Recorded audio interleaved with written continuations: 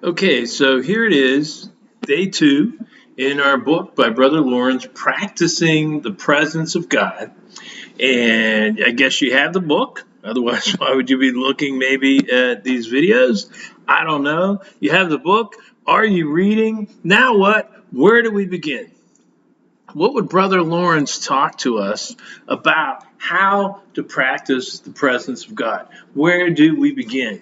Well, I don't want to start on page 1. I want to go clear to page 64. Page 64.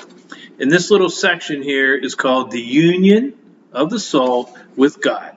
The first way in which the soul is united with God is through salvation. Through salvation solely by grace.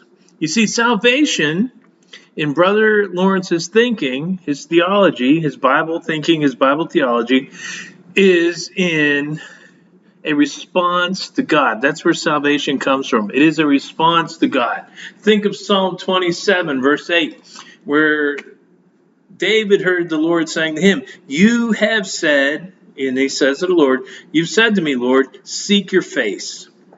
And so my heart says to you, I am seeking your face, Lord. I am seeking you. See, if we want to be more aware of God, if we want to be spiritually sensitive to the presence of God, the quest, the journey begins in God coming to us and awakening us to the need for knowledge of Him, the need for relationship with Him, the need for the journey through life with Him. That is how we begin to develop the presence of God.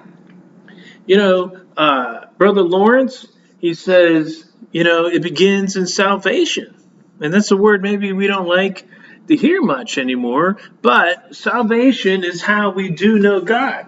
The first way in which the soul is united with God is through salvation, solely by His grace, meaning the steps for relationship have been accomplished through Jesus, the Son, so that we can know God the Father. That is how and where it all begins. Only then can we follow Jesus into the real presence of God, the deeper presence of God. And this is what Lawrence says. This is followed by a period in which a saved soul comes to know God through a series of experiences, some of which bring the soul into closer union with Him, and some take it far further away. The soul learns which activities brings God's presence nearer and remains in His presence by practicing those activities. We might call them spiritual disciplines in our modern day language. We think about spiritual formation. This is where we want to seek after God. So this is my question for you today in the first part of day 2. Where are you in this timeline of relationship with God? Is your soul united to God through Jesus Christ? The Lord says to you, seek my face. I want your answer to be, your face, Lord, do I seek? Thanks for your time. Thanks for listening. And I hope you can grow closer to God through these little talks.